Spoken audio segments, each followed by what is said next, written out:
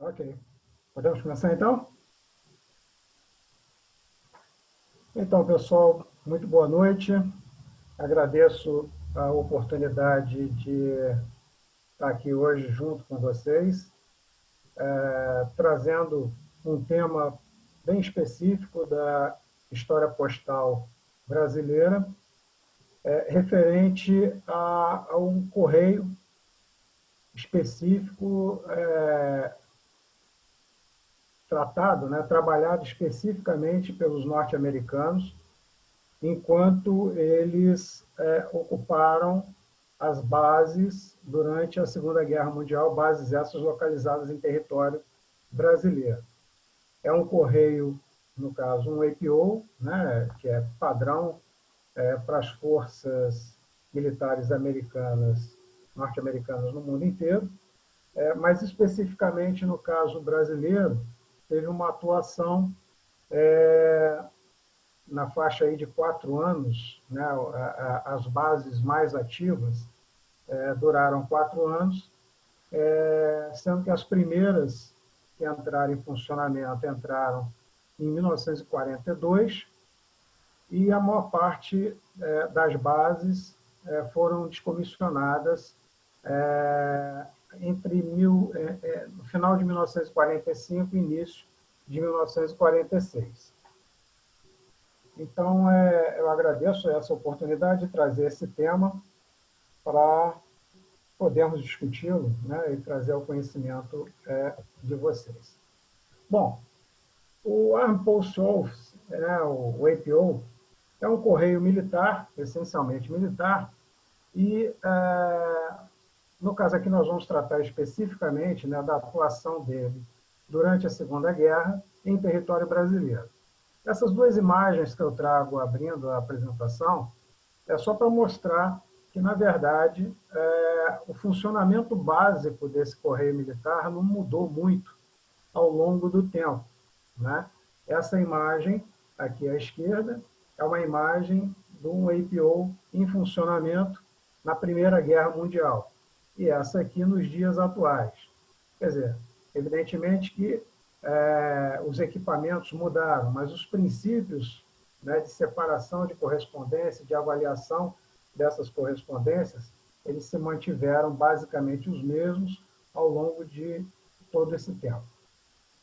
Como é que começa esse correio militar? Na verdade, já durante a Guerra Civil dos Estados Unidos, né, no segunda metade do século XIX, o Correio Civil norte-americano colocava um controlador de correio, né, escolhia uma pessoa específica como controlador de correio para cada um dos regimentos envolvidos na Guerra Civil, tanto de um lado quanto do outro, né? Não havia escolha de lado nesse caso.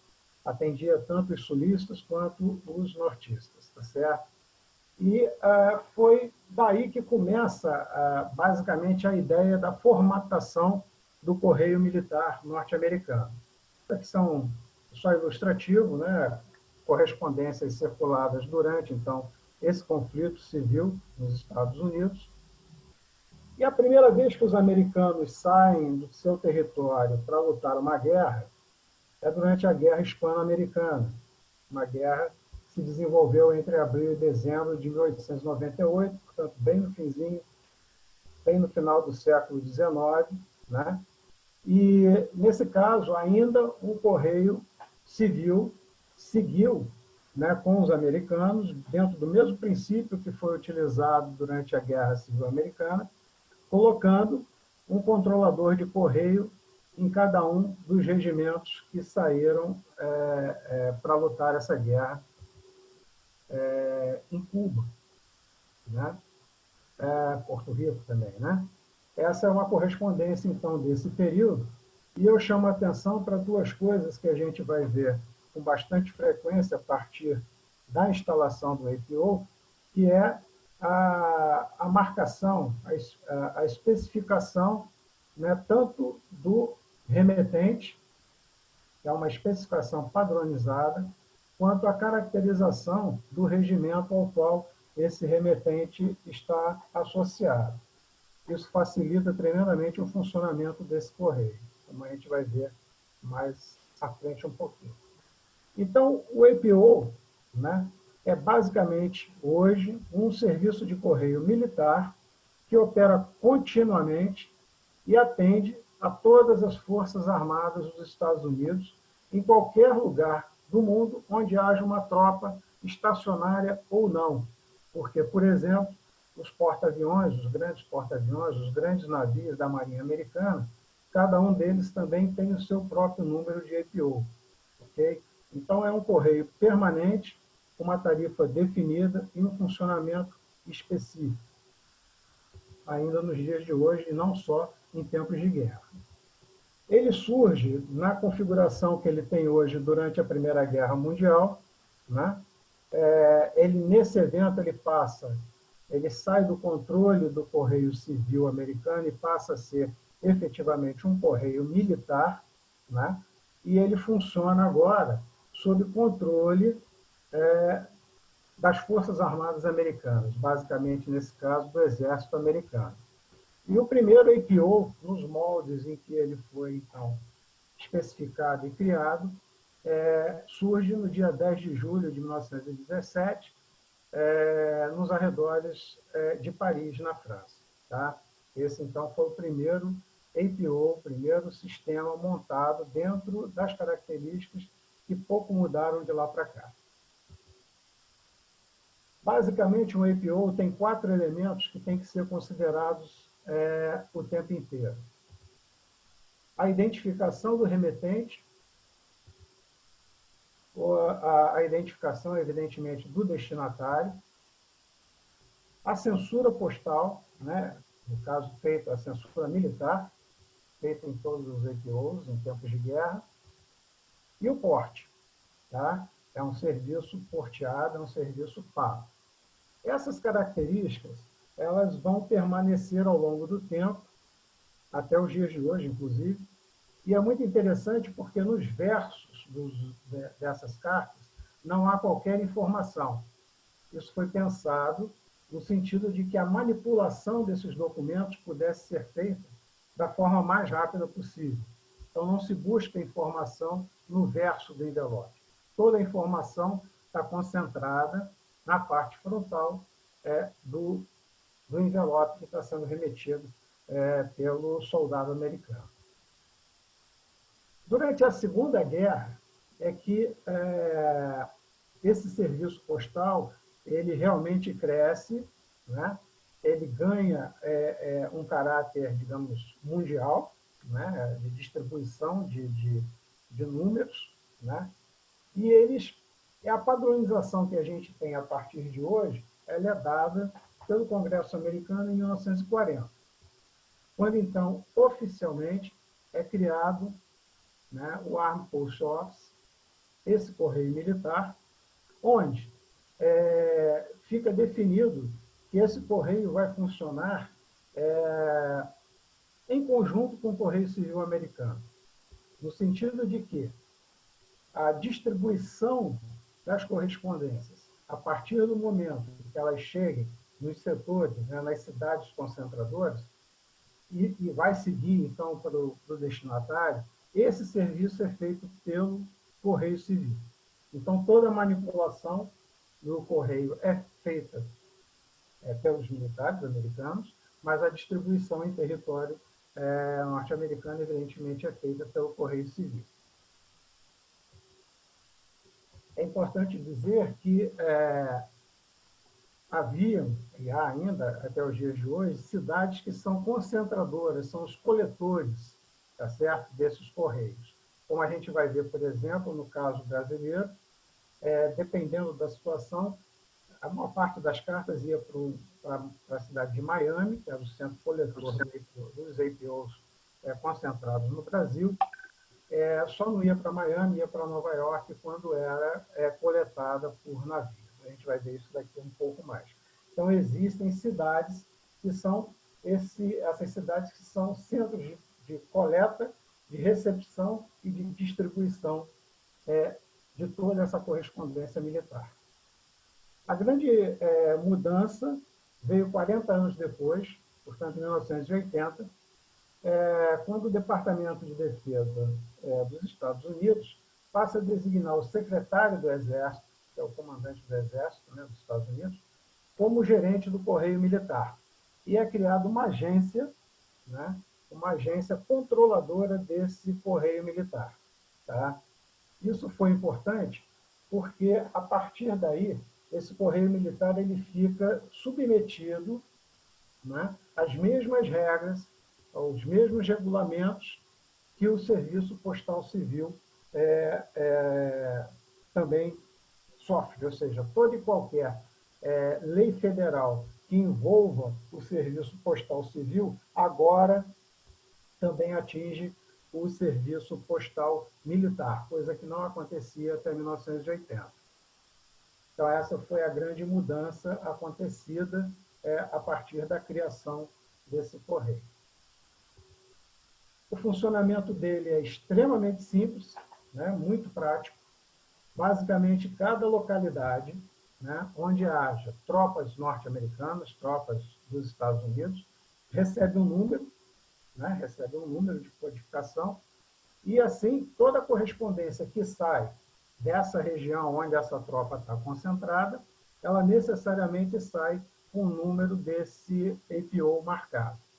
E cada conjunto de APOs tem a sua coletora centralizada em território norte-americano, para onde, então, essa correspondência é remetida, triada e lá remetida para o Correio Civil, para que o Correio Civil faça a distribuição dentro do território norte-americano.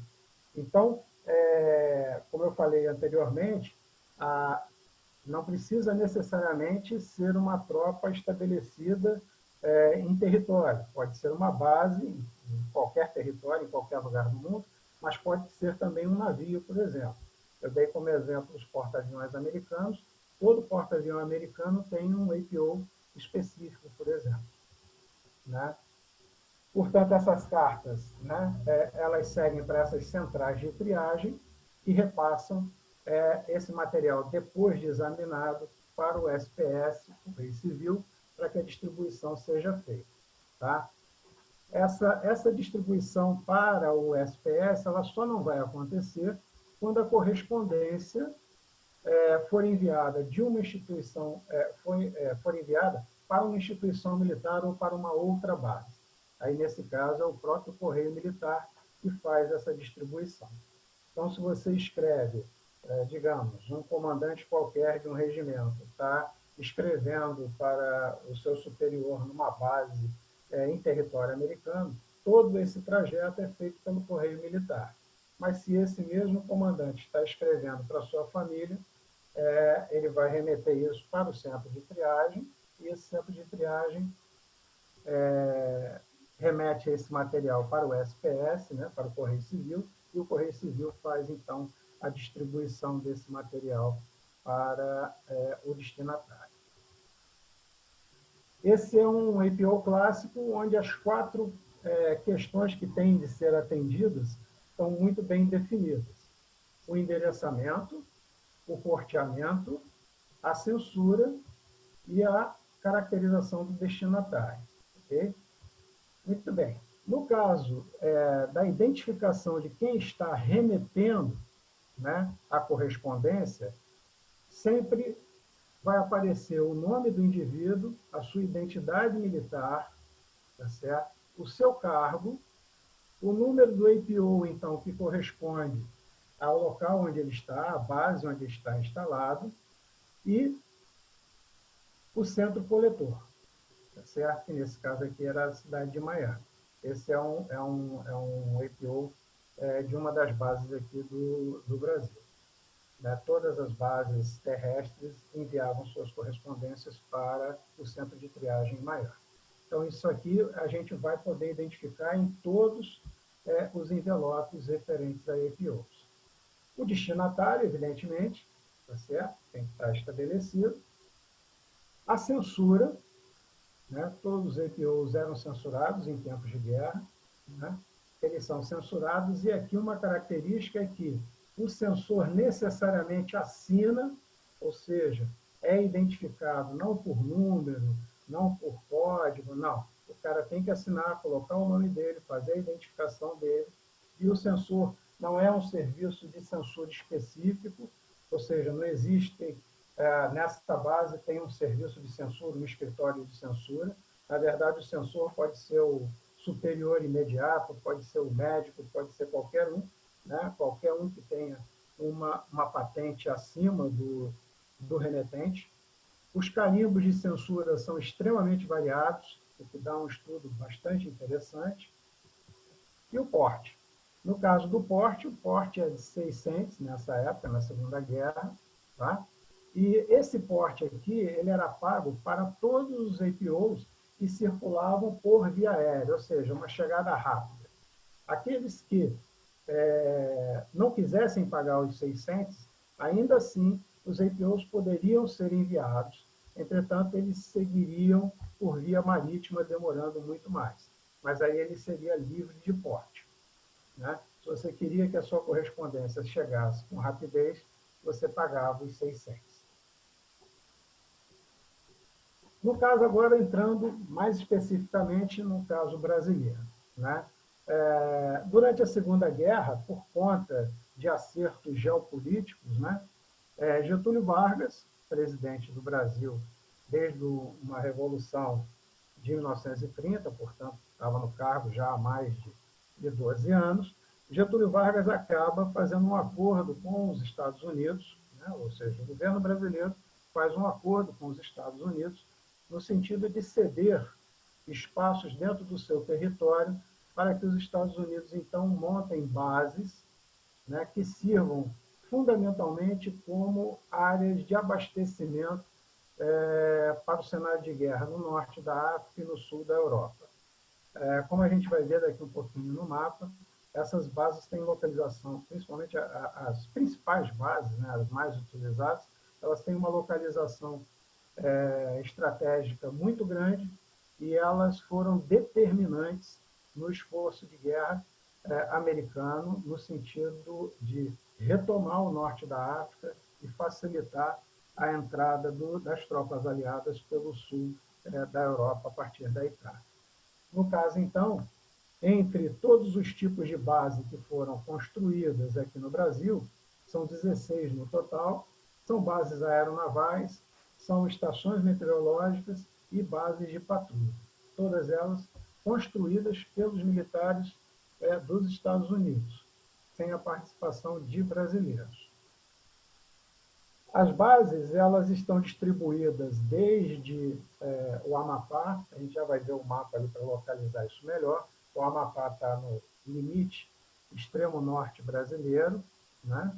Inclusive havia uma estação no Iapoque, que é a cidade, é o ponto mais ao norte do território brasileiro, mas a base, uma base pequena, mas de mais importância, era na cidade de Macapá, e ia se estendendo até o Rio de Janeiro, cobrindo uma grande área do litoral brasileiro.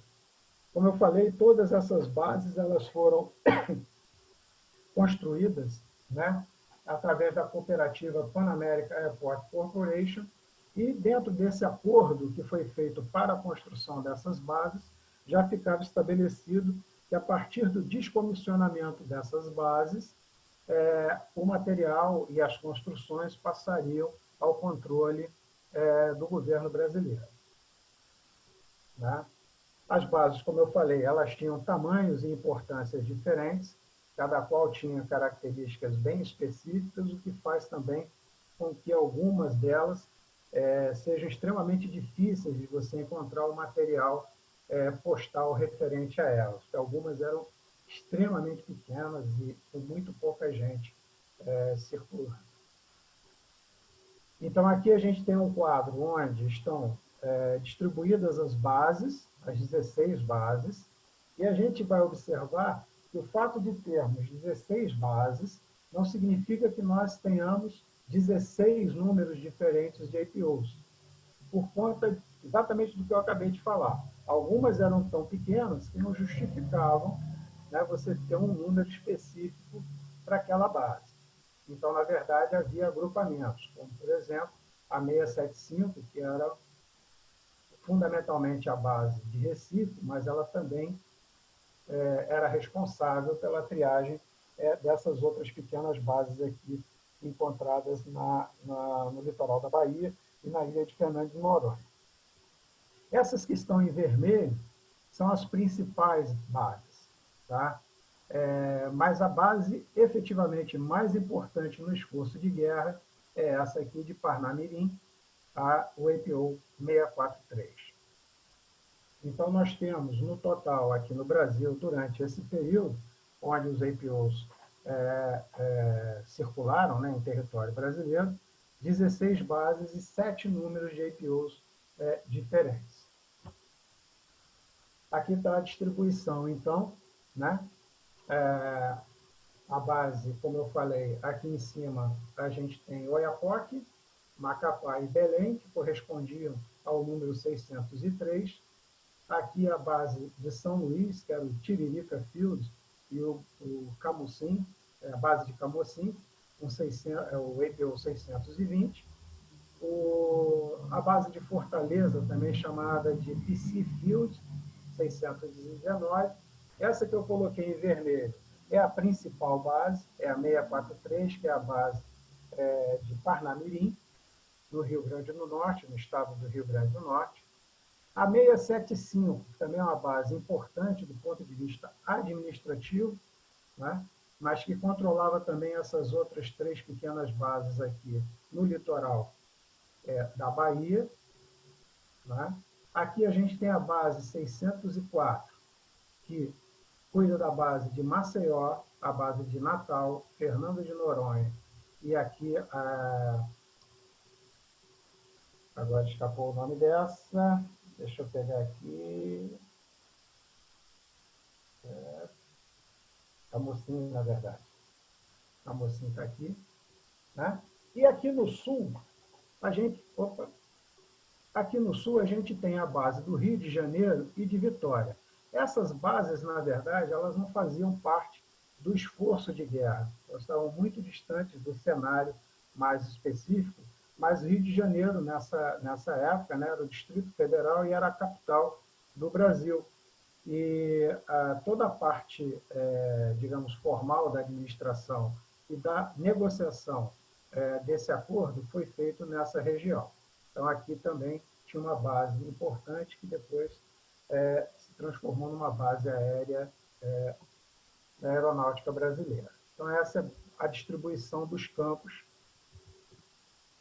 Vamos começar pelo campo mais importante, que é o campo de base de Parnamirim, em Natal. Né?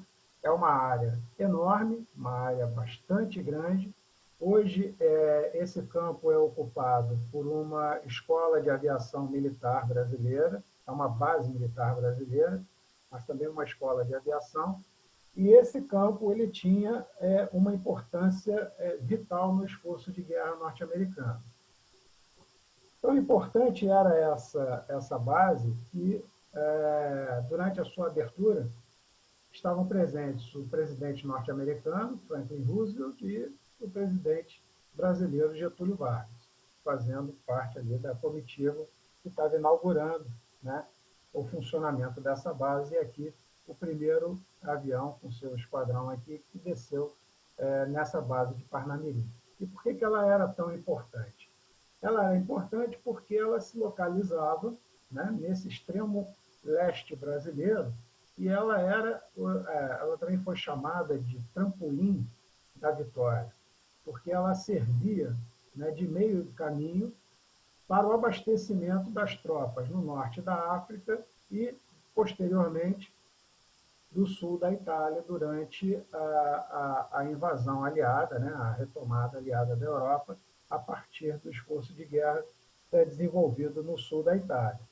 Para vocês terem uma ideia de como foi importante essa base, durante o auge, né, o pico de sua utilização, havia um pouso ou uma decolagem a cada 6 minutos, durante meses e meses. Basicamente, todo o abastecimento das tropas americanas e das tropas aliadas de uma forma geral. no norte da África e no sul da Itália, é tido que 80% desse material passou pelo campo base de Parnamirim.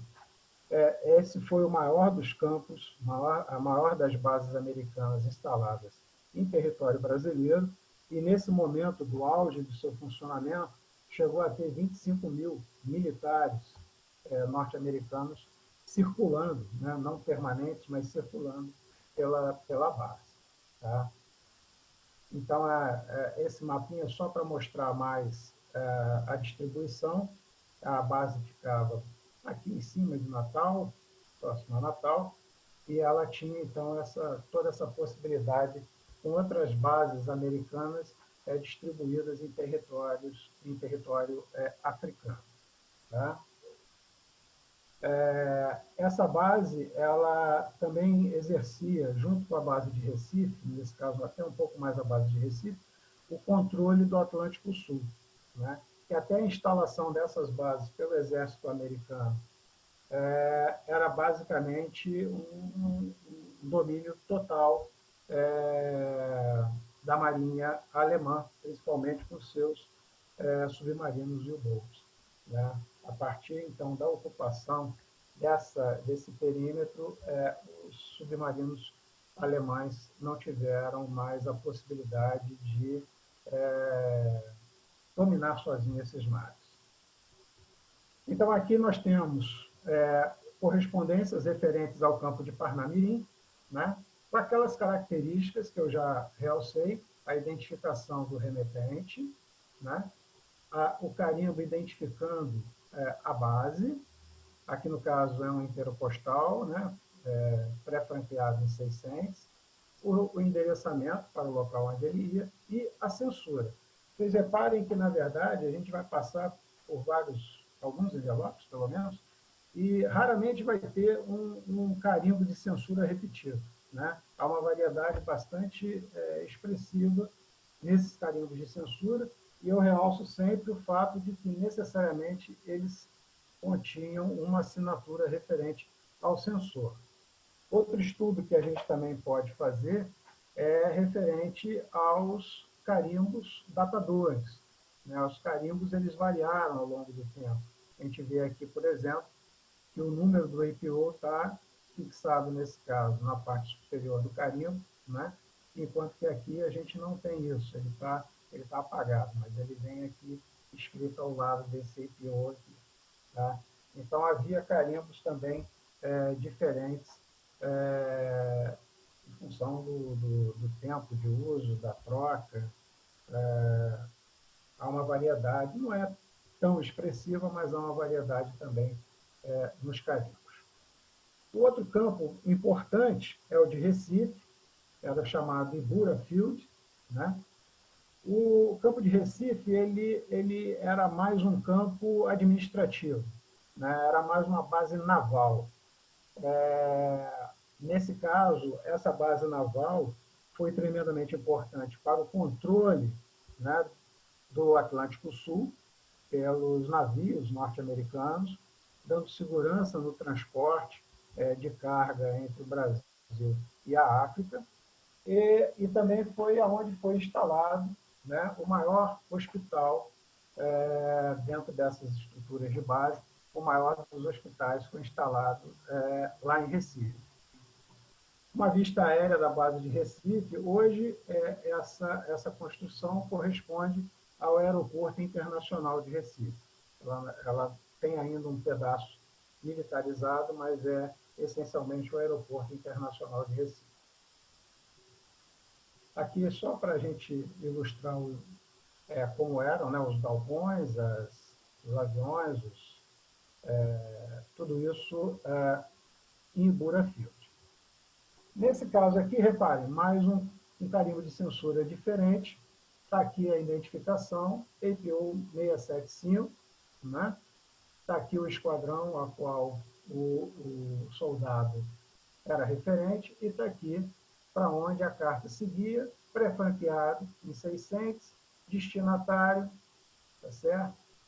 Censura assinada e a franquia de 600, garantindo a chegada desse material, e o número do EPO, nesse caso, aqui em cima.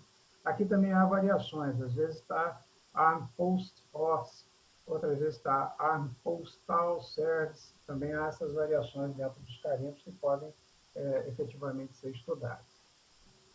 Essa outra correspondência, ainda da base de Ibura, no Recife, ela é uma correspondência livre de porte.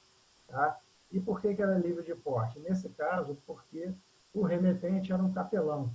E os capelães, eles tinham, o capelão tinha isenção de porte. Tá? Ele podia mandar a correspondência dele sem pagar a tarifa. Okay? Mas não se livrava da censura. Né? A censura permanecia. Nesse caso também é uma correspondência livre de porte. Nesse caso ela tem algumas características mais interessantes. Nesse caso aqui, admite-se que essa correspondência está livre de porte pelo fato dela não ter seguido via aérea. Então, é aquilo que eu falei lá no início. Se a carta saía da base via navio e era levada até Miami, no caso, né, onde era o centro de triagem, de barco, essa carta não pagava porte. Ela só pagava porte se o transporte fosse aéreo. Nesse caso aqui, tem uma questão interessante. É uma carta duplamente censurada, o que não é muito comum. Né? A censura era feita basicamente na base, né? Antes da partida, antes da saída do documento, mas ela foi censurada, na verdade tem duas etiquetas de censura pelo exército americano, muito possivelmente porque ela foi transportada de navio e na triagem entre o navio e o centro de distribuição, o centro de avaliação em Miami, possivelmente ela foi, mais uma vez, censurada. Essa poderia ser uma explicação. Mas isso não é comum. O comum é que esses envelopes apresentem um único carimbo de censura. Essa aqui é uma correspondência taxada, o que também não é nada comum. Né? Nesse caso aqui, ele, ao invés de enviar o envelope pré-franqueado em 6 cents, ele enviou num envelope pré-franqueado em 2 cents, e aí, nesse caso, a correspondência recebeu o carimbo, né, de 6 cents, da necessidade de pagar os 6 centavos, colocada aqui a marca, né, de que ela precisa ser taxada em 6 cents, e efetivamente essa taxa foi paga, né, por esses 2 selinhos aqui, pagando os 6 cents. E, além disso, ela também é duplamente censurada. Né? Ela é censurada na partida da base e ela é censurada ainda pelo exército americano, possivelmente já no território norte-americano. Nesse caso aqui, falta uma coisa, né? Falta a censura, tá certo? É uma correspondência não censurada, tá? Agora, é interessante a gente notar que essa correspondência não censurada, e aqui está o espaço vazio, né? Eu realcei aqui o espaço vazio, essa correspondência já tem uma data que é posterior, né, ao final da guerra, ou seja, já tinha terminado a guerra. É só um raciocínio meu, eu não consegui ver isso escrito em lugar nenhum, mas eu entendo que talvez, pelo fato da guerra já ter terminado, o serviço de censura nessa base, que estava prestes também a ser descomissionada, ela foi descomissionada, foi fechada, né, no início de março de 46, você já não tinha, talvez, mais o serviço de censura estruturado, ou não se via mais como algo necessário de acontecer. Mas não são comuns APOs sem censura. No caso no caso lá do APO 675, que é o campo, no caso lá de Recife, né? Ele tinha, sob controle dele, algumas microbases, tá certo? Distribuídas no território, ao longo do litoral da Bahia. Esses são documentos muito difíceis de serem encontrados, pelo fato de que eram muito poucos os militares ali envolvidos, né? Aqui a gente tem uma ideia do campo de Aratu, né, que fica próximo a Salvador, né, uma cidadezinha próxima a Salvador. Então, você veja que era um campo muito pequeno, e, nesse caso, o recolhimento da correspondência não era feito por navio.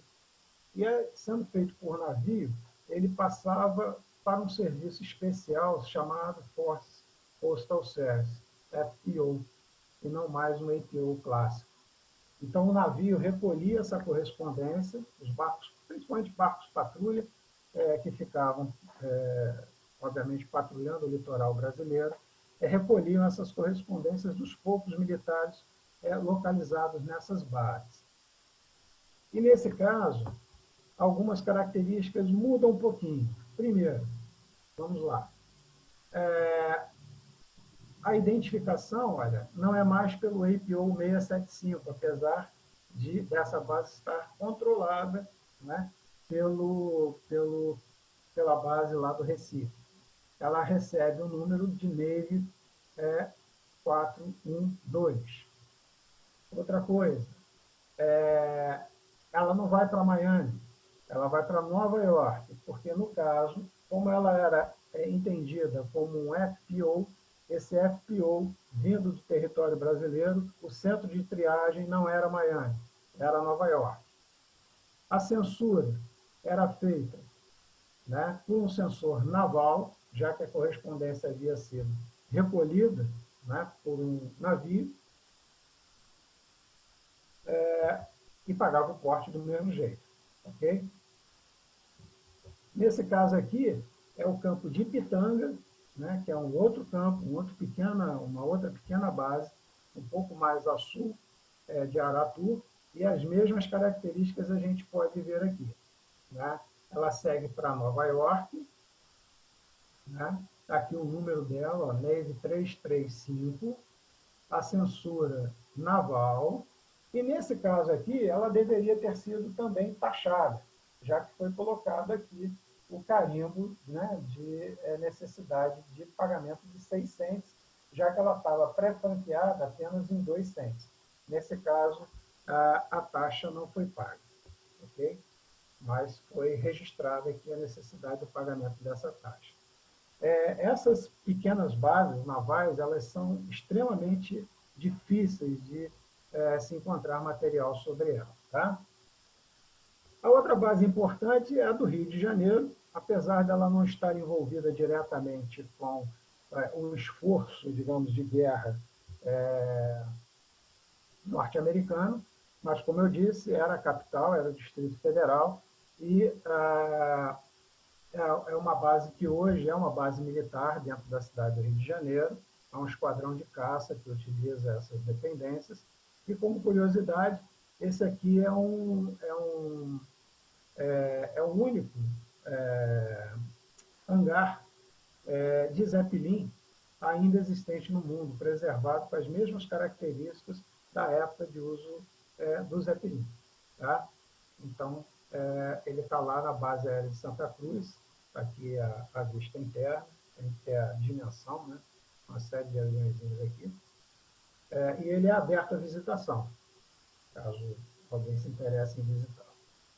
Nesse caso do Rio de Janeiro, a gente vai observar que a maior parte das cartas elas são no final da guerra ou no pós-guerra, exatamente porque, durante a guerra, o Distrito Federal não tinha qualquer importância do ponto de vista militar.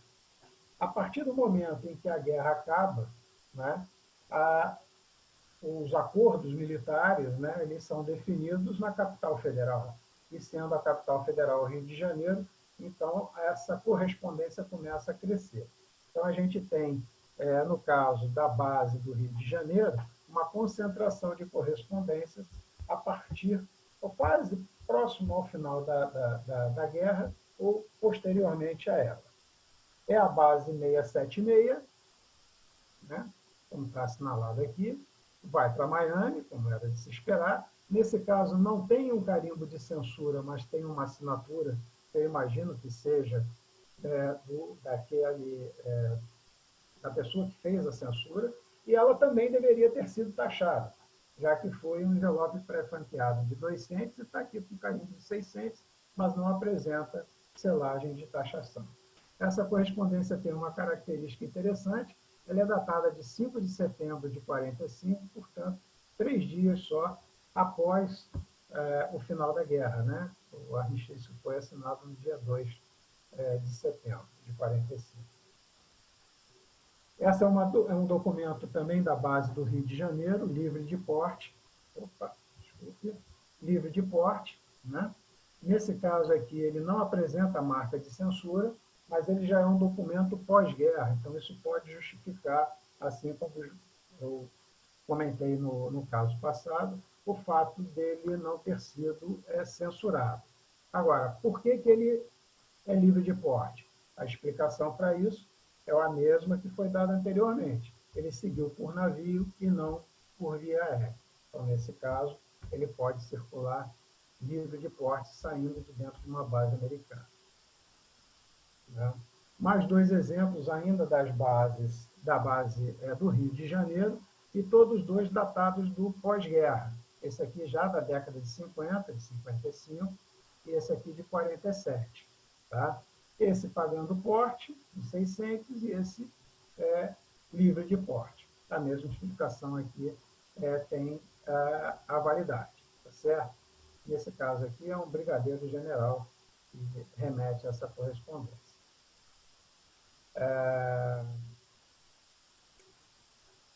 As outras bases, as menores agora, aquelas menos importantes, do ponto de vista estratégico, mas mais difíceis do ponto de vista postão.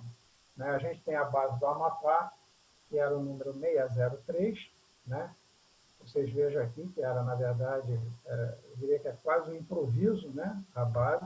Ela ficava ao lado de um rio, na cidade de Macapá, e, no caso, ainda tinha uma estação no Oiapoque, onde tinham os blimpos, né? Que eram aqueles balões meteorológicos, né? Parecendo assim um zeppelin, que ficava lá também, mais ao norte ainda dessa base.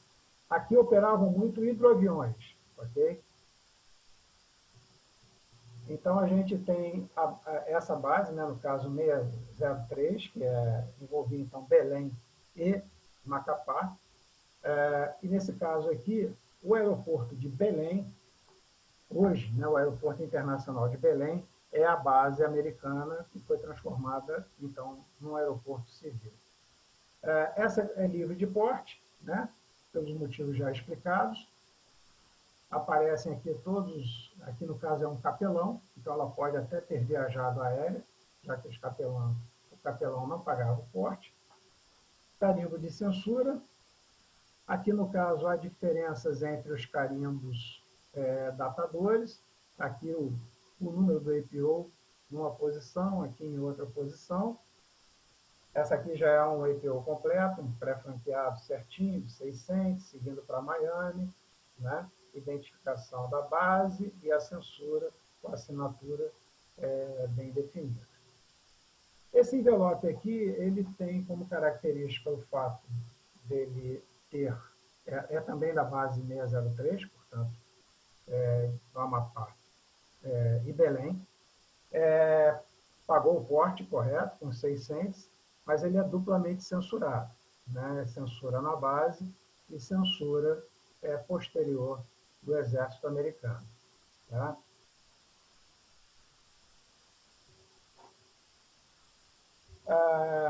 A base 620, que envolve o campo de Tiririca Field e Igarapé-Açu, também é uma base bem complicada de você achar material, né? Porque eram bases muito pequenas. Eu esqueci de falar, por exemplo, no Amapá, eu tive acesso ali a uma lista de militares que passaram por Amapá. No total foram 48 militares. Em Ipitanga foram pouco menos de 30.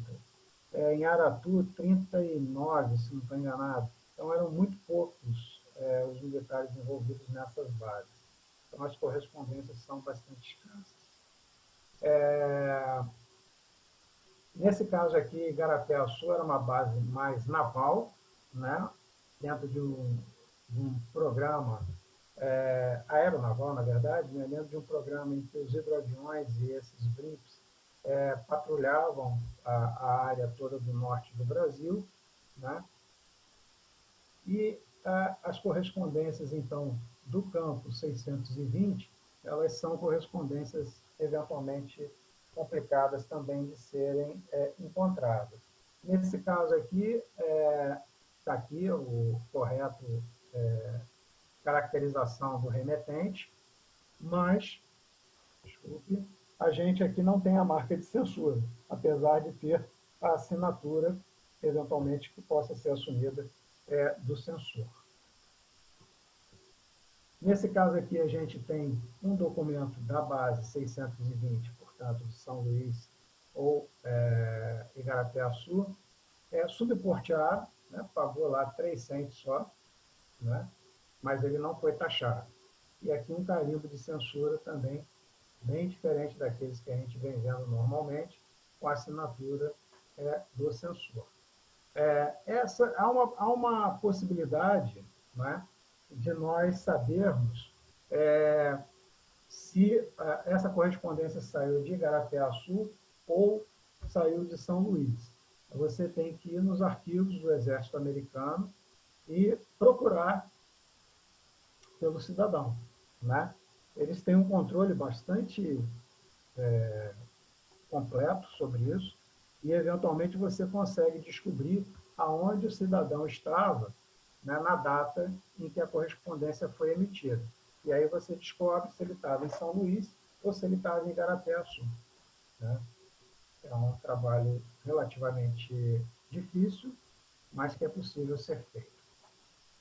O campo 619 já é a base de Fortaleza, que é uma base um pouco maior, né? Já teve ali uma circulação maior de pessoas, na faixa aí de 3 a 4 mil militares ao longo de todo o tempo em que ela esteve ativa. Maceió já é uma base bem difícil de ser encontrada e ela também você só consegue estabelecer se ela veio de Maceió a partir da identificação do militar, aonde o militar estava na época, né, do envio da correspondência. Então, no caso, né, o 604 envolve essas três localidades, Natal, Camusim e Maceió. O mais difícil desses três é Maceió, sem dúvida alguma. Aqui uma correspondência mais... É um aerograma, né? Saiu via Paner, e ele foi censurado na base naval. Ou seja, como foi censurado na base naval, a gente pode aceitar que, nesse caso, talvez tenha sido a base de Camusim, que, dentre essas três, era aquela que tinha característica de base naval. Tá? Mas isso também é só uma suposição com base nas informações que a gente tem. A certeza disso só pegando, como eu disse, o nome do cidadão, né? E tentando localizar onde ele estava na época em que a correspondência foi enviada. E ela vai para Nova York porque ela seguiu, né? Apesar de ter pago os 600, ela seguiu de navio. Se ela não tivesse seguido de navio, tivesse seguido aérea, como todo o envelope supõe, ela teria ido para Miami. Esse envelope é muito interessante por conta dessas características. Ele tem todas as características de um envio aéreo, mas isso aqui e esse carimbo naval, né, mostram que ele não seguiu via aérea. Ele seguiu via naval e, por ter seguido por via naval, ele foi para Nova York e não para Miami, como seria de se esperar. E, por fim, a gente tem um Vimeo. Esse Vimeo ele foi usado não como um Vimeo, como a gente tem, a gente sabe que foi usado, né, microfilmado. Na verdade, ele foi usado como um envelope comum, né? Então, não foi usado como Vimeo. Ele é um envelope de Vimeo que foi usado e mandado como se fosse uma carta, né? Como se fosse um documento postal comum enviado pelo correio. Então, a gente tem aqui a identificação, né, do remetente, o porte correto, de 600, o endereçamento, né, e a censura. Esses Vimeios, entre aspas, né, porque não funcionaram como Vimeios, né, não há em nenhuma dessas bases relatos de que Vimeios tenham sido usados, né, como se esperaria, né, dos Vimeios, tá? E existem, até onde eu conheço, 4 peças com essas características, né? E a gente vai ver aqui no próximo slide, o cara escreveu a mensagem dele, né, como se fosse uma cartinha, um envelope tal, fechou o envelope e remeteu como se fosse uma carta, fazendo dela uma peça bem diferente, bem especial. Bom, finalizando, eu faço questão de agradecer ao filatelista Stephen Rose, que foi um incentivador nessa pesquisa. Eu comecei a olhar com mais calma esses documentos a partir da minha coleção de censura postal, né? Eu tenho uma coleção de censura postal, e acabou que, no meio de alguns envelopes, apareceu uma censura postal, feita no Brasil, mas que não era brasileira. E aí eu me interessei em conhecer um pouco mais sobre isso, e vi que poderia desenvolver um tema mais específico, né? E retirei isso da censura postal, porque ela não é uma censura postal brasileira, e passei a estudar especificamente essa relação, né, dos APOs no território brasileiro, e nesse momento o filatelista Stephen Rose foi muito importante, me ajudou muito com material informativo, né, que ele conseguiu, e por me ter colocado em contato também com a senhora Lindsay Maio, que é uma bibliotecária da American Philatelic Research Library, que respondeu a muitas perguntas minhas. Eu dei um bocado de trabalho para ela, para entender mais ou menos o funcionamento do APO, e ela sempre, com muita gentileza e muita paciência, eu diria, tentou responder a todas elas. E o comerciante de Forte, que também me ajudou bastante na identificação de algumas bases, né, e no fornecimento de material. É isso, pessoal. Eu agradeço a oportunidade de trazer esse tópico da história postal brasileira. Esses materiais, eles correspondem a uma coleção de um quadro que eu tenho e que já foi apresentada em algumas exposições e que logrou ter bastante êxito na sua avaliação. Agradeço aos organizadores da minha oficina. Mais uma vez, realço aqui a importância, né, desse empreendimento.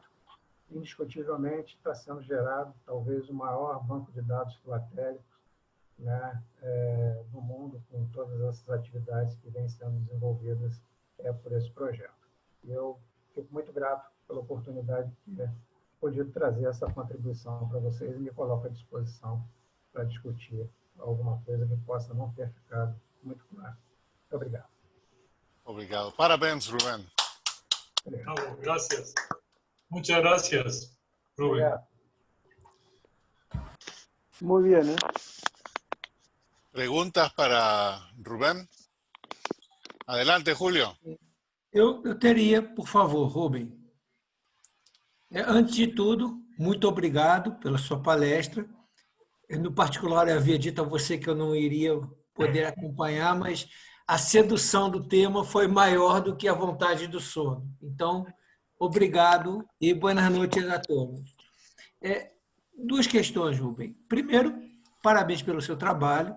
Eu entendo que o esforço, não só seu, mas do empreendimento Minha Oficina, é fundamental para que nós possamos criar uma identidade latino-americana. E isso eu acho fundamental, mais do que nunca, nos momentos que nós vivemos. E me ocorreram duas questões que eu até peço desculpas a você, porque talvez não seja parte do seu objeto de estudos, né? Mas, em primeiro lugar, você fala... eu observei em um dos slides que você colocou, principalmente das remessas que são feitas por navio, né? E aí, um dos slides fala do Miracle Workers, dos Engineers, e exatamente nesse momento, os Estados Unidos eles desenvolvem a política da boa vizinhança. Dentro do que você estudou, é possível haver uma associação entre essa política da boa vizinhança e a maneira como os objetos postais se apresentam ou não? Essa é a primeira pergunta. A segunda é a seguinte, eu talvez não tenha entendido bem, mas me parece que você estende a sua análise até a década de 80, 1980. O VPO, ele se mantém após 1980? Por exemplo, em operações como Tempestade do Deserto, ele continua a funcionar? E aí, como que funciona? Não sei se você chegou a pensar isso, né? Essa associação entre uma censura rigorosa, como me parece ser, com as correspondências remetidas via VPO, e outras possibilidades de comunicação, como e-mails, como o WhatsApp. Como é que funciona isso? Essas são as minhas dúvidas principais. E, mais uma vez, Rubem, parabéns pela palestra e muito obrigado pela aula de filatelia que você nos deu. Obrigado. Luciano, olha só. No caso da primeira questão, a resposta é sim e não. Havia todo um envolvimento entre o governo brasileiro e o governo norte-americano, né? Evidentemente que a gente sabe que no início da guerra, Getúlio Vargas tinha tendências, né, de se aliar ao eixo, né, às tropas fascistas, nazistas. E isso foi mudando ao longo do tempo, até por conta de movimentos internos brasileiros, né, que levaram a essa revisão na posição do governo brasileiro.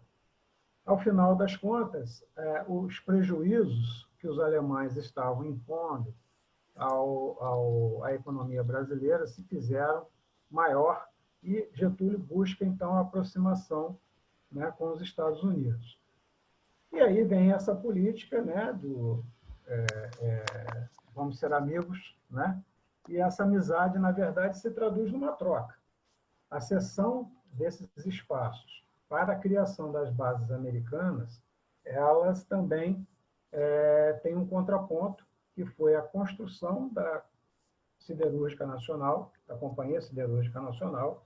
Isso envolvia, né, a troca, o pagamento, seria obras de infraestrutura, como foi o caso, né, dos aeroportos, que permaneceram para uso posterior, e a criação da usina de Volta Redonda, Siderúrgica Nacional. Essas foram as duas coisas mais óbvias, mas também envolveu empréstimos a juros baixos, participação na espólio de guerra e tudo mais, né? Então, sim, eu entendo que havia esse envolvimento dentro dessa política de boa vizinhança a partir de um certo momento, principalmente a partir de 1942. Né?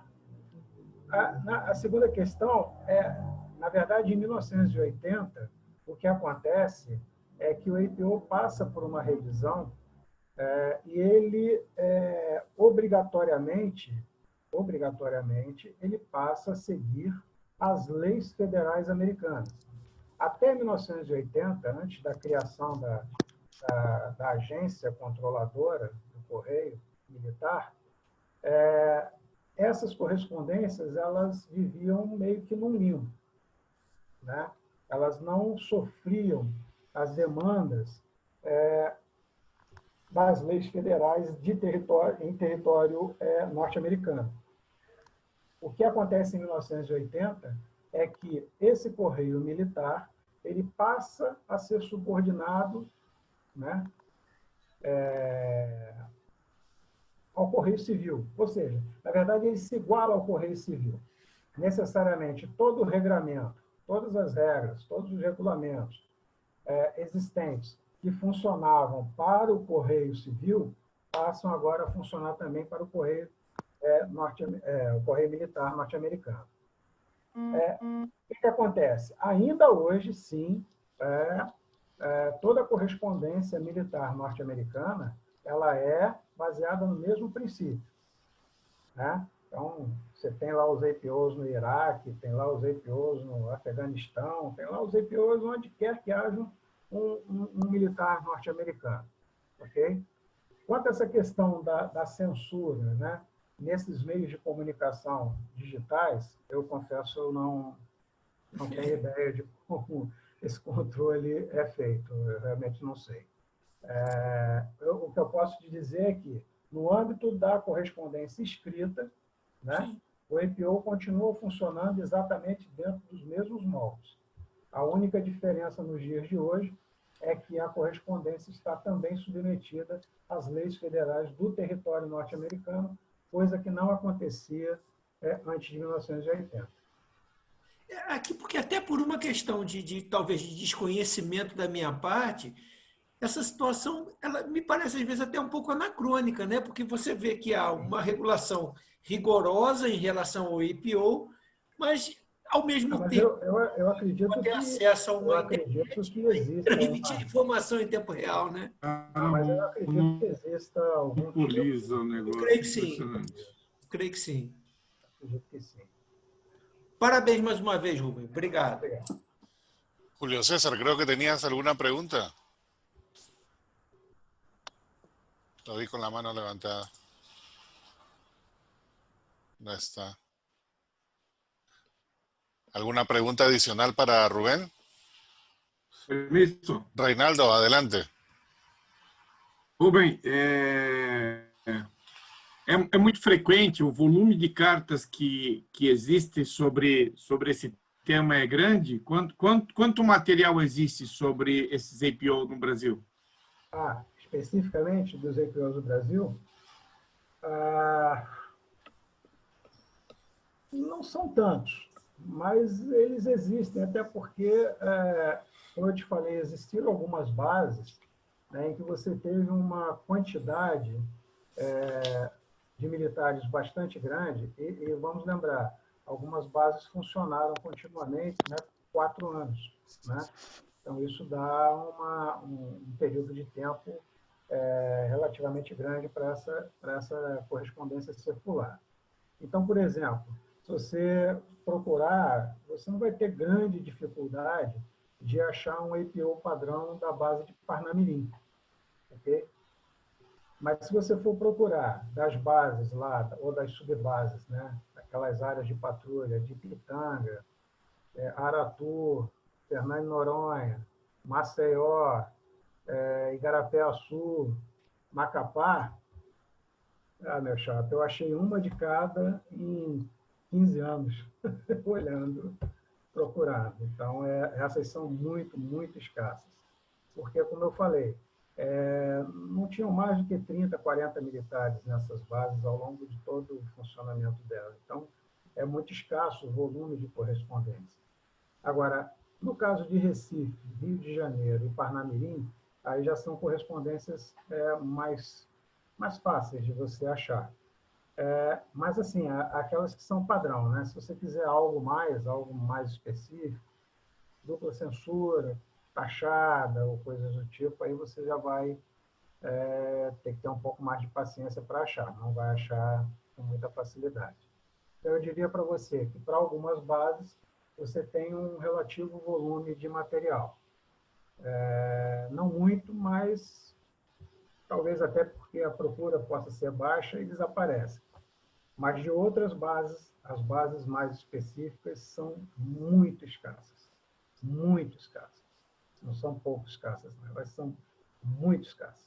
É como eu falei, essas duas que eu mostrei ali, de Pitanga e de Aratu, são as duas únicas que eu conheço e eu procuro esse material e tenho alguns contatos com algumas pessoas que colecionam, e em 15 anos eu só consegui uma de cada.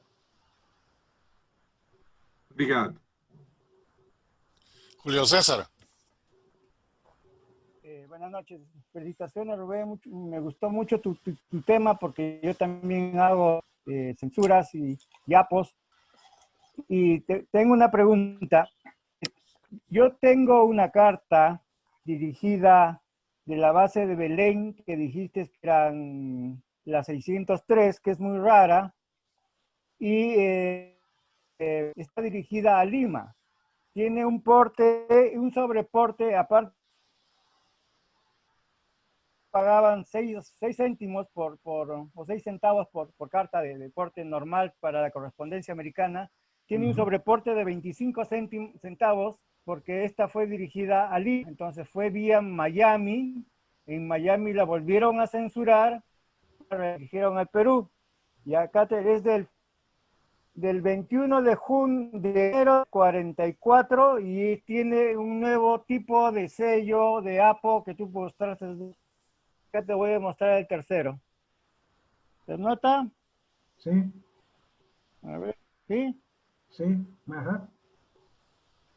Ahí está. Excelente, Está dirigida a Lima. excelente, excelente. Me Esse é um material muito parece que es especial. una carta muy rara. Esse, pode ter certeza, Julio, que é um material muito especial.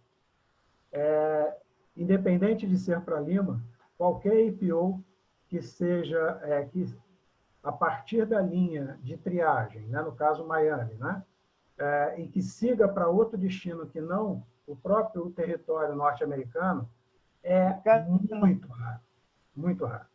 Esse é um material muito especial. Muito especial. Mira, parabéns. para que Se você puder me dar um yo... scan dela, eu vou ficar muito feliz.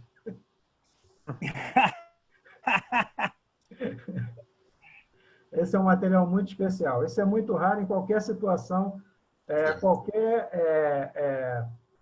qualquer remessa posterior, né, a partir do centro de triagem, que não seja para o território americano e que venha com um porte adicional, é muito raro.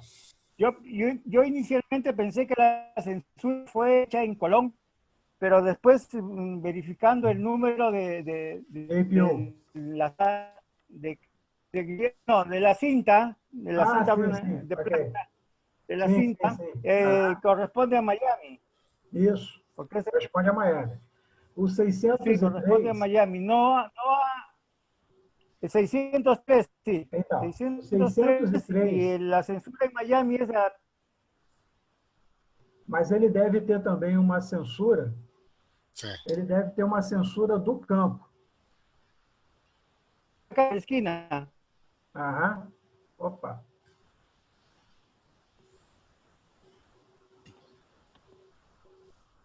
Bueno, gracias. Julio César, ¿quién es el destinatario de esa carta? ¿Va a la embajada o a un particular? No, está ser algún brasilero porque está dirigida a Albert Gilbert en la casilla 1915 en Lima. Enviado por el capitán Henry Gildred, debe ser su hermano. Estación número 4, ATC, SAT, Postmaster APO 603 o 512-702, dice. Debe ser de entre hermanos. Essa é uma carta muito especial. Muito especial, Rui. Ah, bueno, muchas gracias. Glauber está compartiendo la pantalla. Glauber, ¿tienes alguna pregunta? Glauber?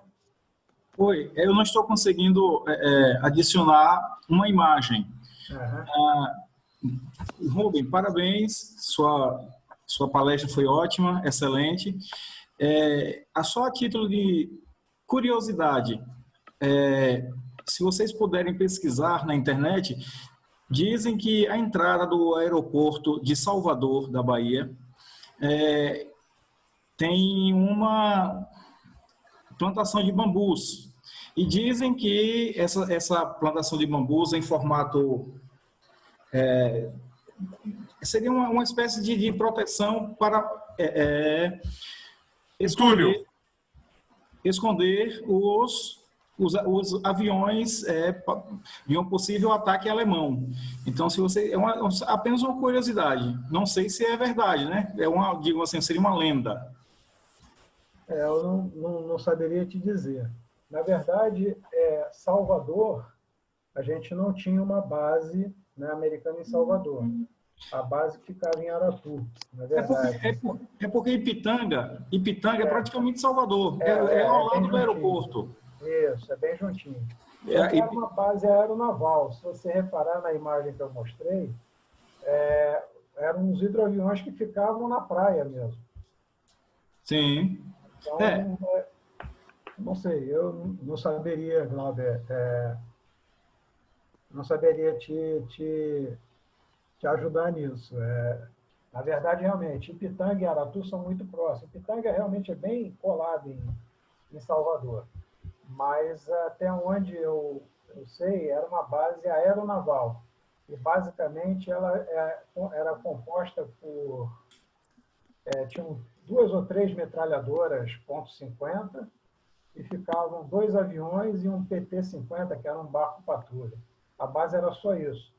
Por isso que ela é tão difícil você achar material dela, porque ao longo dos 4 anos que ela ficou ativa, pouco menos de 4 anos, circularam por lá, parece que 38 militares só.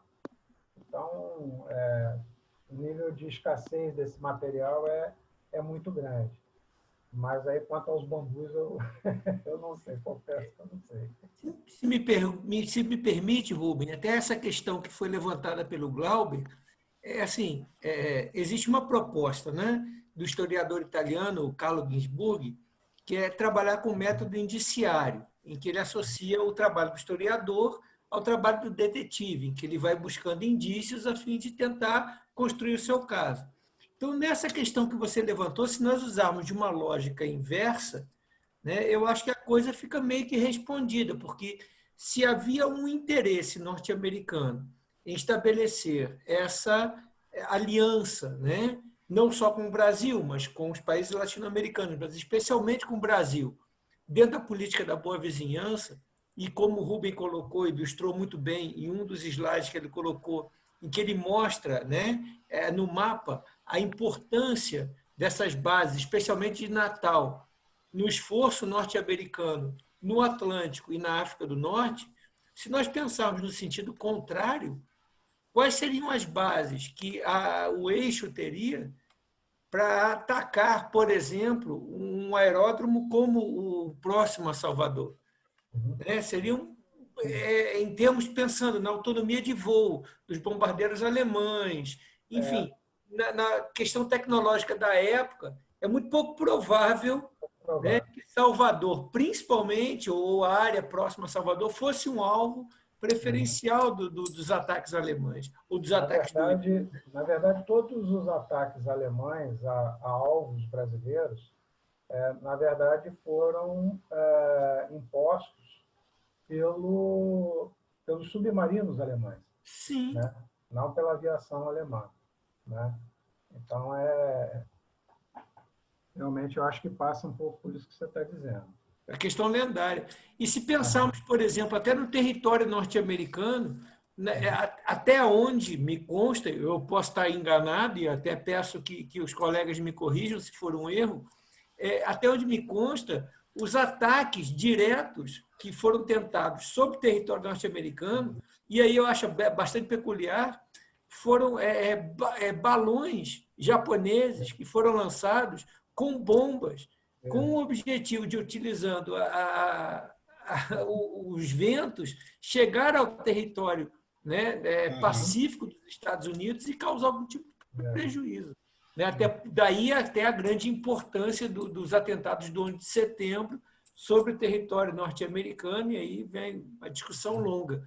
Né? Mas até dentro dessa questão que você levantou, até onde eu posso enxergar, e como eu digo, posso estar enganado, eu acho que não. Eu acho que não haveria uma possibilidade, digamos assim, concreta. E também né? tem uma questão que a gente não pode esquecer, é que a partir do estabelecimento das bases no Nordeste, né, o controle do Atlântico Sul passou a ser da Marinha norte-americana. Então,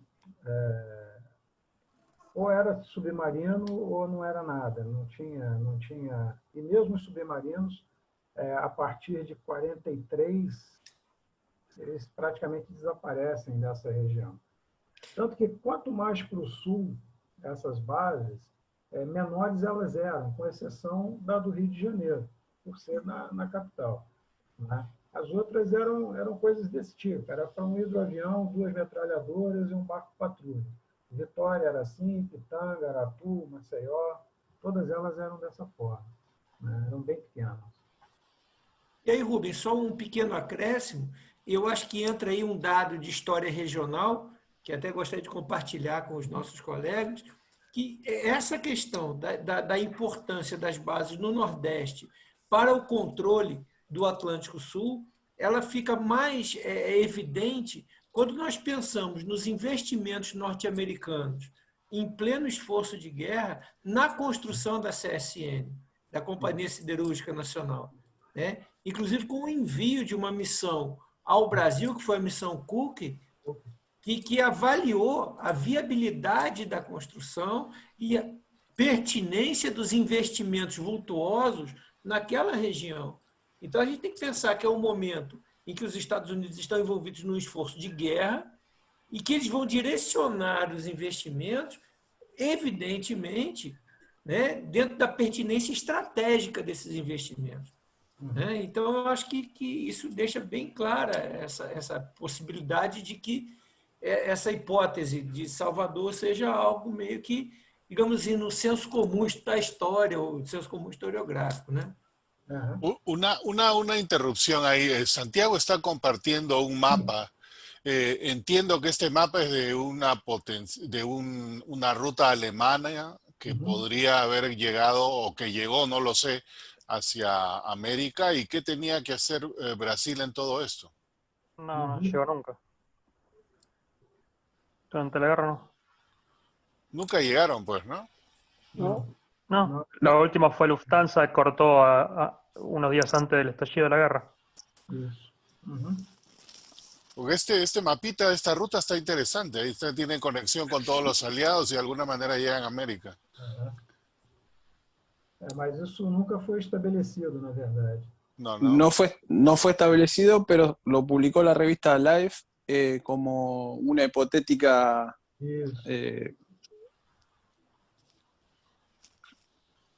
uma possibilidade.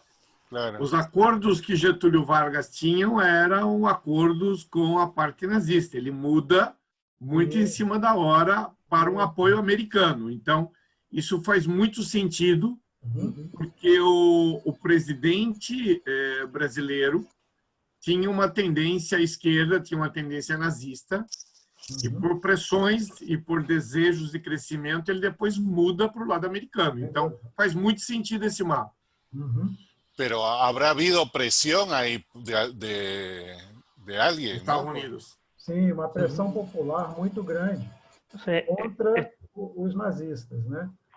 E existe até uma questão, né, que partindo dessa questão que o Reinaldo levantou, que o que determinou a política externa brasileira ao longo daquilo que no Brasil nós chamamos de Era Vargas, portanto, um recorte cronológico entre 30 e 45, é a estratégia da barganha. Então, nós temos 3 momentos bem delimitados dentro desse contexto. Nós temos um primeiro momento entre 39 e 42, que é um momento em que há uma clara tendência, como o Reinaldo colocou, de uma aproximação do Brasil em relação aos países do eixo. E aí, o mapa que o Henry compartilhou conosco na tela, ele tem muita pertinência. Sim, há um interesse do governo brasileiro em se aproximar dos países do eixo, né? Até porque havia pessoas no primeiro escalão do governo que tinham declaradamente uma opção nazifascista, como o próprio Francisco Campos, que foi o grande mentor do Estado Novo. Porém, entre 42 e 44, nós observamos uma nítida aliança do Brasil ao bloco aliado. E aí entram em pauta as questões, como o Reinaldo levantou, dos interesses econômicos do Brasil, em especial no fomento à indústria de base. E é interessante observarmos que entre 44 e a queda do Estado Novo, há uma inversão radical disso. O Brasil se aproxima dos movimentos de esquerda. Ele reata relações diplomáticas com a União Soviética e, claramente, Getúlio apoia aos movimentos de esquerda, até porque havia, nesse momento, o queremismo, que postulava, entre outras coisas, a manutenção de Vargas no poder. Então, essa é uma questão que a gente tem que né, colocar em pauta ao pensarmos nesse alinhamento do Brasil no cenário internacional entre 39 e 45. Mas, sem dúvida, num primeiro momento, havia uma clara tendência por parte do primeiro escalão do governo de um alinhamento aos países do eixo. Né? Agora, é interessante notar no mapa como, efetivamente, o Rio Grande do Norte, né? Ou seja, a nossa gerada ele era determinante do ponto de vista estratégico. De grande importância estratégica, perfeito. Para o desenrolar da guerra. Perfeito. Né? Seja pelos nazistas, seja pelos americanos, os dois tinham claro que ele era efetivamente o trampolim da vitória, como ficou conhecido, né? A base de Parnamirim. Né? No próprio contexto, Rubem, da Operação Barbarossa, que seria a operação de avanço aliado no norte da África, sem sombra de dúvidas. Né? E uma questão interessante detalhe que eu vejo... que a gente não pode esquecer, né, é que o Brasil também participou de efetivos, né, na guerra. Né?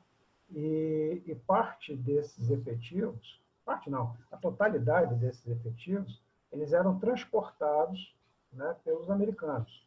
Né? Não tinha força aérea, o Brasil não tinha força aérea, não tinha transporte, não tinha nada. Então, mesmo o transporte dos soldados brasileiros que foram lutar na Itália, no sul da Itália, eram feitos pelos americanos. Isso já dentro desse processo de aproximação com os norte-americanos e de escolha, né, de lado por parte do governo brasileiro a partir, insisto, de 1942. Só. Né? Andrés, ¿tienes una pregunta? Sí, quiero hacer un mínimo comentario. Se nota la presión norteamericana sobre Brasil a fin del 41, después de Pearl Harbor, cuando Estados Unidos presiona a Brasil y le dice no se puede vender 1 mililitro de aeronafta a Lati para que pueda volar sobre el Atlántico. Y ahí se termina una línea aérea que observaba desde el aire a los barcos británicos en ese momento, o cualquiera de los aliados. En ese momento el único aliado que había era Inglaterra, ¿no? Era Gran Bretaña. Así que ahí comienza la presión americana sobre Brasil. Brasil deja de vender aeronafta a Lati y se terminó Lati de un momento al otro, porque no podían los aviones volar para un lado y no poder volver. Perfecto. Sí. ¿Ese qué año fue? 41. Diciembre final de 41. De 41. Ok. Yo tengo una pregunta casi relacionada a eso. Hay un sobre que tiene Rubén de Pan Air. Me supongo de que ese es solamente sobre y no fue por Pan Air, ¿o cómo es la cosa? Não foi pela Pan Air. Ele, inclusive, ele vai via navio. Oh, ok. Me pareció muy curioso, ¿no? Isso. Na verdade, eu posso compartilhar ele de novo aqui, só para a gente... Ele é bem curioso. Opa. Desculpa.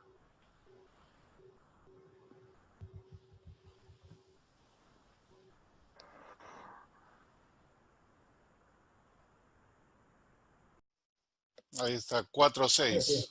Né? Ele é bem curioso porque, realmente, ele é um aerograma Pan Air, né? Ele paga o porte aéreo, ele paga o porte correto aéreo. Entretanto, eu afirmo que ele não viajou aéreo pelo fato dele ter sido censurado, né, pela Marinha Americana e por ele ter sido endereçado para Nova York, não para Miami. Sim. Nova York recebia a correspondência que saía das bases por mar, enquanto que Miami recebia as correspondências que saíam das bases por terra. Então, na verdade... Esa era mi otra pregunta. ¿Por qué el remitente era en Miami o en Nueva York? Ya me la respondiste con eso. Ok, gracias. Só uma questão, Rubem. Me chamou muito a atenção também, especificamente, essa peça. Nós poderíamos atribuir isso a um erro, por exemplo, do remetente? Ele ter se equivocado e ter colocado Nova York, por exemplo, é uma hipótese. Não creio, não creio. Bom, é possível, é possível. Você diz que o fato dele ter colocado Nova York ao invés de Miami... Levou o encaminhamento marítimo. Induziu o encaminhamento marítimo. É uma possibilidade. Sim. Pero hay otros que tienes que dicen Nueva York, entonces estaría dentro. Agora, por que ele pagou o porte, então? Ele não precisava ter pago o porte. É contraditório, né? É estranho. Ok. Mas ele não, certamente, Henri, ele não viajou pela Pan-Air. Isso é certo. ¿Alguna pregunta adicional para Rubén o algún comentario extra? Sí. Andrés. Sí, quiero comentarle a Rubén que interesantemente yo tengo 4 piezas de Fernando de Noronha, pero 4 piezas de las cuales 2 son de militares brasileños, mandadas hacia Brasil con censura brasileña en 1943 desde Fernando de Noronha. O sea que mientras que existía una base aérea norteamericana en Fernando de Noronha, había fuerzas armadas brasileñas en Fernando de Noronha con censura propia de Fernando de Noronha, cosa que es muy interesante. Y por otro lado, y también tengo una linda carta a Estados Unidos del Army Post Office de Fernando de Noronha, y llamativamente en 1958 tengo una carta mandada por el Pan American Airways Corporation desde Fernando de Noronha. O sea, la base aérea norteamericana tuvo que ver con Pan American en su momento. Y persistió, no como base aérea, pero sí Pan American siguió ahí. Na verdade, Fernando de Noronha, ela já era uma base brasileira, né? Antes da chegada dos americanos, né? E há ali todo um processo, né, de produção de censura, essas marcas que certamente você tem nessas cartas, elas são de correspondências brasileiras censuradas em Fernando de Noronha, em geral no Hospital de Fernando de Noronha. A sede da censura em Fernando de Noronha era dentro do hospital que existia em Fernando de Noronha. Isso é muito curioso, mas é lá. São muito interessantes, muito lindos, são muito interessantes. São muito interessantes e são bem escassas esses materiais, viu, Andrés? É bem escasso esse material. Quería felicitarte por la presentación, muy linda presentación, Rubén. Obrigado, muy buena palestra. E nesse caso, nunca, mesmo ela tendo um número de IPO, né, na verdade, nunca houve uma base americana em Fernando de Noronha. O que havia eram militares americanos, né, atuando na base brasileira de Fernando de Noronha. Então, na verdade, em nenhum momento houve uma base americana em Fernando de Noronha, mas havia um regimento norte-americano dando suporte aos trabalhos dos brasileiros em Fernando de Noronha. Essa que era a situação no caso da base, entre aspas, norte-americana, na verdade. A base era brasileira, mas havia um regimento norte-americano atuando junto. E essa censura a qual você se refere é uma censura brasileira, nesse caso. Muito obrigado, Rubén, por la aclaración. Muy bien. Obrigado. Uma pequena colaboração ao que o Rubem acabou de falar e a questão que o nosso amigo Andrés levantou. Se eu entendi perfeitamente, eu peço desculpas pela incompreensão. O senhor falou em 1958. Isso. Como sendo a data da... Exato. E aí nós estamos no governo Juscelino Kubitschek, que assumiu em 56 e governou até 60, e durante o governo dele foi assinado um tratado de cooperação com os Estados Unidos que viabilizava a atuação de militares norte-americanos em Fernando de Noronha. Exatamente. Então, isso só reforça a questão que o Rubem acabou de colocar, da atuação de militares norte-americanos em Fernando de Noronha, ainda que não houvesse uma base militar, e a questão central ali era o quadro internacional da Guerra Fria, que tornava Fernando de Noronha um ponto estratégico no Atlântico Sul, né? Um detalhe importante também, Andrés, voltando a essa questão de 1958, é que as bases brasileiras, as bases norte-americanas, elas foram descomissionadas, a última em 1946. Okay? Entretanto, militares norte-americanos continuaram atuando junto a militares brasileiros. Não é?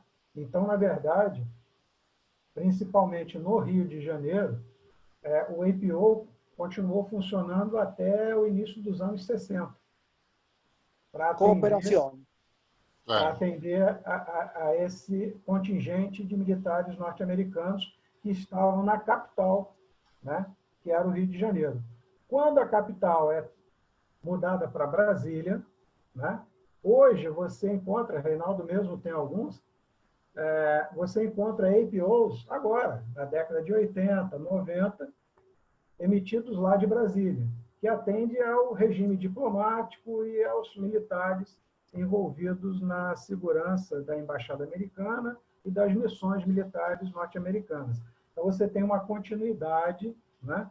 Tem uma continuidade do funcionamento, digamos assim, dos APOs, mas agora restrito, depois da guerra, restrito às capitais.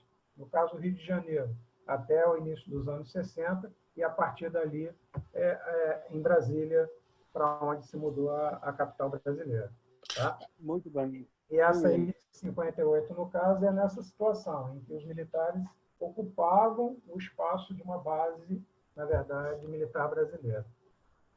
E eu vou pedir só mais uma vez a pergunta de vocês, e com base nessa questão que o Rubem levantou, da atuação, né, de elementos ligados ao alto comando das Forças Armadas norte-americanas e, portanto, ao Pentágono, junto à política brasileira, nós vamos ver que desde 45, e isso eu acho importante porque cria-se uma base para refletirmos sobre a América Latina hoje, nós observamos uma ligação e um vínculo muito forte entre setores do alto comando das Forças Armadas brasileiras e os Estados Unidos, o que explicam uma continuidade de uma orientação política desses setores das Forças Armadas brasileiras pós-Segunda Guerra e que observamos uma grande mobilização deles em 54 com o suicídio de Vargas,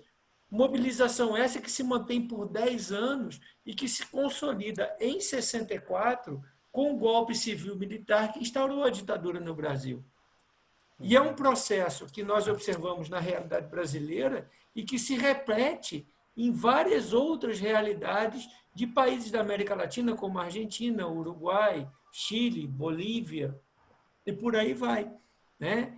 E que eu acho que me perdoem, por favor, essa liberdade, e que eu acho que é importante hoje nós refletirmos diante do cenário mundial, né? E esse é que eu acho que é o grande fascínio da filatelia, que é nos permitir partirmos de determinadas fontes, como os selos, e, através delas, chegarmos a uma reflexão sobre o momento que vivemos, independentemente do viés ou do caminho ideológico que queiramos seguir. E aí, mais uma vez, parabenizo ao Rubem e ao esforço coletivo que nos permite termos esse momento. Muito obrigado a vocês. Gracias. Rubén, una pregunta final. O creo que Arnulfo tiene una pregunta. Adelante. Oh, ok. Bueno, era dar las gracias a Rubén y felicitarlo por la explicación de su material. Muy bueno. Muchas gracias. Rubén, una pregunta final. En Brasil hay mucho descendiente japonés, igual que lo hay en el Perú. Entonces en el Perú hubieron, entre comillas, campos de internación que no fueron parte del APO, porque nosotros en Perú no teníamos tanto. Algunos de los APO en Brasil, ¿funcionó como campo de internamiento de los japoneses? ¿O cómo funcionó esa parte? Porque a ellos también le daban un correo, que iban me imagino, por el APO, ¿no? Si es que estaba disponible. Não. Na verdade houveram campos de concentração aqui no Brasil, tanto para japoneses quanto para alemães, mas nenhum deles estava ligado às Forças Armadas Americanas. Ok. Eram todos eles controlados por brasileiros. E não eram campos tão fechados assim, né? Eram mais zonas de controle do que campos de concentração.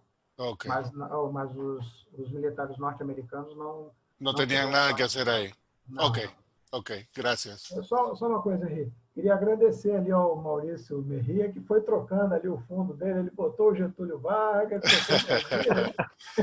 Él está encargado de la escenografía acá en mi oficina. Obrigado, Él da el ambiente diario. Muito legal. Ele foi fazendo um acompanhamento aqui conforme a conversa ia avançando. Así es. Bueno, Aquí con tem eso... o Juscelino. Olha, o Juscelino. Ayer tenía a C. Carioca, seguro la próxima lo va a tener a Pelé por ahí, quién sabe. Isso é brasileiro perdido de Honduras. Exacto. Ok. Bueno, con eso, Rubén, muchísimas gracias nuevamente. Parabéns. Obrigado, pessoal. Obrigado. Y agradecido. Pela Listo. satisfação estar aqui com vocês. Exacto. Y el día de mañana...